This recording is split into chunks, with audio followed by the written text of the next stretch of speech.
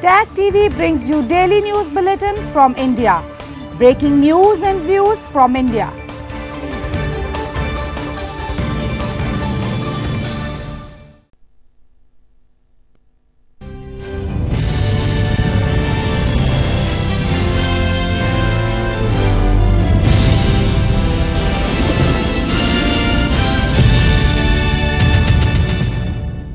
Good evening. Welcome to South Asia Newsline. I'm Surabhi Sharma. Here are the top stories we're tracking for you on Thursday, the 23rd of May. Indian Prime Minister Narendra Modi wins second term.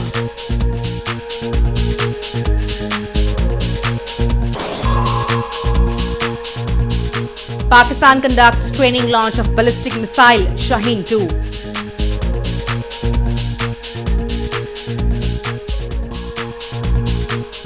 And Afghan presidential candidates warn of civil disobedience against government.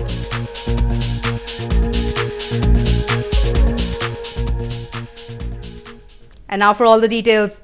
Indian Prime Minister Narendra Modi swept a huge election victory on Thursday, winning a second term and increasing his majority in the parliament.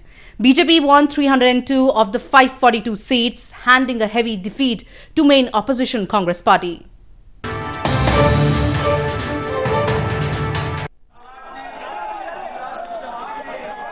Indian Prime Minister Narendra Modi swept to a huge election victory on Thursday, increasing his majority in the parliament and giving his party the mandate to pursue business-friendly policies and take a hard line on national security. The mood was upbeat on Thursday evening at ruling Bharatiya Janata Party or BJP's headquarters in New Delhi as Prime Minister Modi arrived along with Party President Amit Shah amidst cheering workers. Official data from India's Election Commission showed BJP ahead in 302 of the 542 seats available, up from 282 it won in 2014 and more than 272 seats needed for a majority in the lower house of the parliament. The main opposition Congress party was ahead in 51 seats, figures showed. अगर कोई विजयी हुआ है तो हिंदुस्तान विजयी हुआ है। अगर कोई विजयी हुआ है तो लोकतंत्र विजयी हुआ है। अगर कोई विजयी हुआ है तो जनता जनार्दन विजयी हुई है। India's allies including Sri Lanka, Israel, Afghanistan, Bhutan and Nepal also congratulated Modi and hope to work together for peace and progress. BJP handed a heavy defeat to main opposition Congress party and regional parties, and Congress President Rahul Gandhi could not save his own seat in the constituency of Amethi in Uttar Pradesh province. In news from Pakistan, Pakistan on Thursday announced that it has conducted a training launch of Shaheen-2, a surface-to-surface ballistic missile which it said is capable of delivering conventional and nuclear weapons at a range of up to 1,500 miles. A video by Pakistan's Inter-Services Public Relations showed a missile being fired in the air and landing in an unknown location at sea. Shaheen-2 fully meets Pakistan's strategic needs towards maintenance of deterrence stability in the region. Pakistan's military said in a statement that made no direct mention of its neighbor India. This follows heightened tensions between the nuclear-armed neighbors since February over a deadly terror attack claimed by Pakistan-based terror group. Several food stalls have been put up by philanthropists on roadsides in Pakistan's Karachi city during the holy month of Ramadan to help poor families and travelers to break their fast. During Ramadan, Muslims abstain from eating and drinking from dawn till sunset and eat sehri, a pre-dawn meal, and break their day-long fast with iftar in the evening.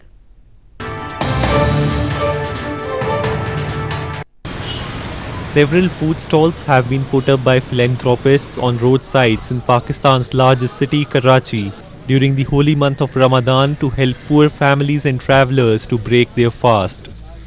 Organizers say that about 2,000 people, mostly coming from poor families, drop by daily to eat iftar, the meal served to break their day-long fast after sunset. They say that many of the families prefer to have free meals on the roadside due to the rising cost of food during Ramadan. They try to make the gathering as festive as possible and make it feel like home. लोग बेरोज़गार भी हैं यहाँ पे, बेचारे road वाले भी हैं जो यहाँ से सफ़र करके घर जा रहे हैं, वो भी बीच में उतर के पूरी बसें जो है ना आके इफ्तार कर लेती हैं। और बाकी आप देखें, आपके सामने ये कि हमने किस तरह शरबत बांटा और किस तरह अभी हम टेबल की सजावट कर रहे हैं, और यूँ लग रहा है कि लोग, ऐसा लगता है लोग बोलते हैं कि जैसे हम घर में इफ्तार करें। मैं रिक्शा चलाता हूँ, कारोबार है नहीं, ये जगह जगह पे रोज़ा खुलता है, रोज़ा खोल लेते हैं, 2-4 पैसे बच जाते हैं, अपना जो ज़रूरत का सामान होता है घर का, जो पैसे बनते हैं सौदा सामान ले जाते हैं। During Ramadan, Muslims abstain from eating and drinking from dawn till sunset and eat sehri, a pre-dawn meal, and break their day-long fast with iftar in the evening.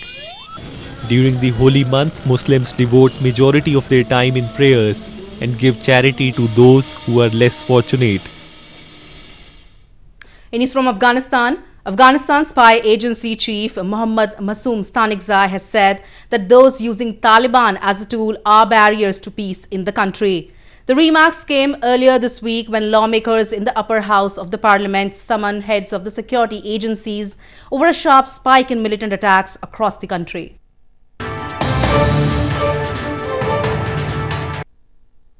Senators in the upper house of the Afghan parliament this week summoned heads of security agencies over a sharp spike in militant attacks in parts of the country, which according to reports have left casualties among civilians as well as security force members. The lawmakers said militants have infiltrated big cities where they conduct attacks against security force members and sometimes civilian targets.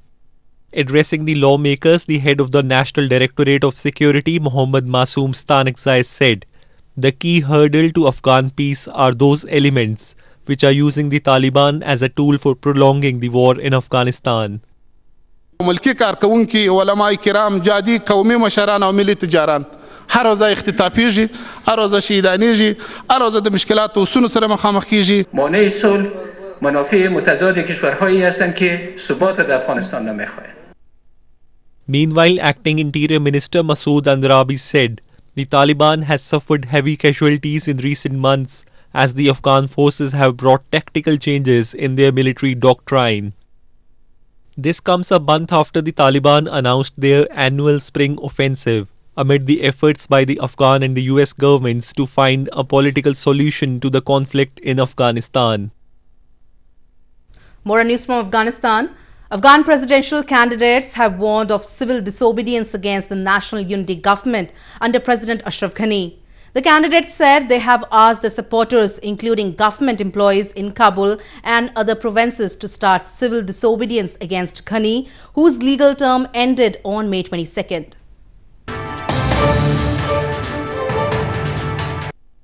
Members of the Council of Presidential Candidates, which represents 13 presidential runners, on Wednesday said President Ashraf Ghani's term has ended and that they will begin civil disobedience as an option to show their opposition against the continuation of the current government. Based on Article 62 of the Constitution, May 22nd marked the end of the National Unity Government's legal term. However, the Supreme Court in April extended the incumbent government's tenure until upcoming presidential elections scheduled for September 28.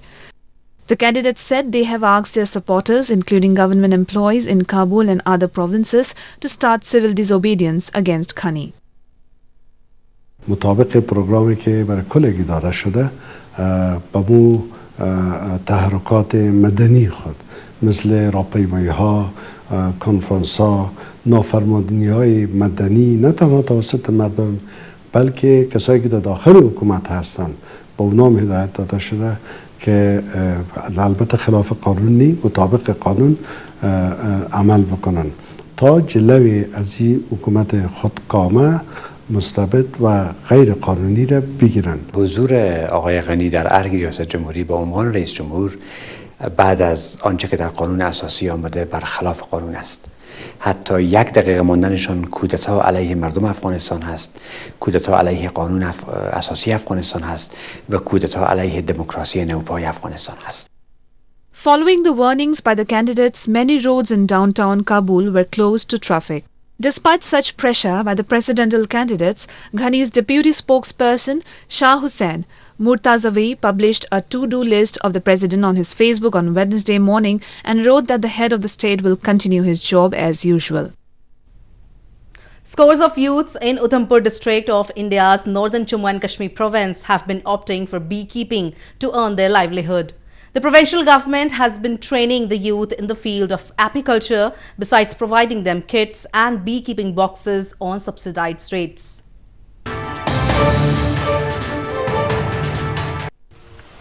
Scores of youths in Udhampur district of India's northern Jammu and Kashmir province have been opting for beekeeping to earn their livelihood. The provincial government has been training the youth in the field of agriculture besides providing them kits and beekeeping boxes on subsidized rates.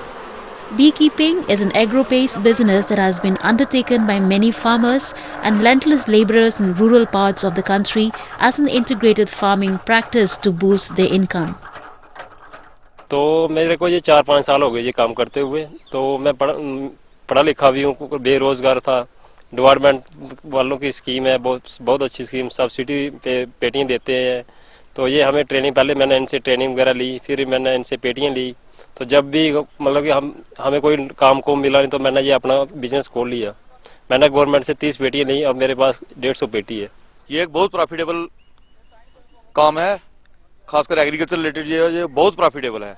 इसमें land की भी ज़रूरत नहीं है और इसमें सिर्फ थोड़ी सी शुरुआती थोड़ी सी इन्वेस्टमेंट करके कोई भी फार्मर, कोई भी अनएम्प्लॉयड यूथ बहुत अच्छी तरीके से अपना रोजगार चला सकता है। India's northern Jammu and Kashmir has vast potential for beekeeping. Its diversity in flora and fauna provides more opportunities for the development of beekeeping industry in the hilly province. A 73-year-old man in India's southern Chennai city has been setting environment protection goals for all with his fully solar power house. His love for environment doesn't stop here. He doesn't even purchase commercial or domestic cooking fuel either and uses kitchen waste and other items to produce biogas at home.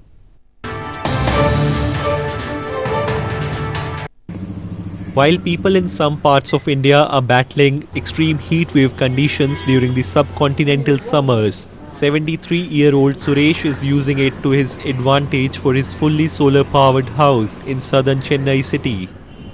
Although solar energy is gaining traction in India since past few years, Suresh's house presents a unique example. He uses solar energy not just for light bulbs or a fan. He also runs high-voltage electric machines like air conditioners and refrigerator from only solar energy. அது எல்லாருக்கும் தெரிஞ்ச விஷயம். நெகட்டிவாக கூட பேசலாம், ஆனால் அதிலே நிறைய பலனும் இருக்குது. அது எப்படி உபயோகிக்கணும், அது யோசித்து உபயோகிச்சா அந்த பெனிஃபிட் நம்மளுக்கு கிடைக்கும். அதுதான் நான் பண்ணியிருக்கேன். அதாவது ரூஃப் டாப் சோலார் பிளான்ட். இன்றைக்கி அந்த ரூஃப் டாப் சோலார் பிளான்ட்டை வச்சுன்னு மொத்த வீடு சோலாரில் வேலை செய்யுது. For people like Mr. Suresh who has done it and proven it in the last 25 years and it's all there in front of us and within a few thousands or a lakhs of rupees, if he can do that and his whole house can run on a solar, it's something fabulous. Nobody can even imagine. Suresh's love for environment doesn't stop here. He doesn't purchase commercial or domestic cooking fuel either. He uses kitchen waste and other items to produce biogas in his own little homemade plant in a tank. He also refrains from using plastic bags and produces his own bags made out of old newspapers. Well, that's the way it was in South Asia this evening. Before we conclude the top stories once again.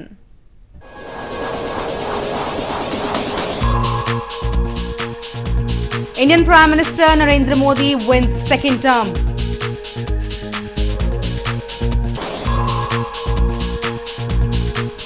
Pakistan conducts training launch of ballistic missile Shaheen 2.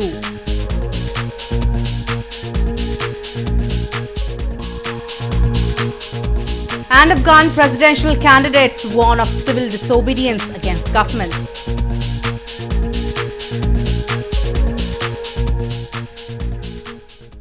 Now our viewers can watch the show on SouthAsiaNewsline.com. You can also visit us on Facebook.com/SAsiaNewsline and follow us on Twitter @SAsiaNewsline. That's all in tonight's edition. We will see you same time tomorrow. Good night.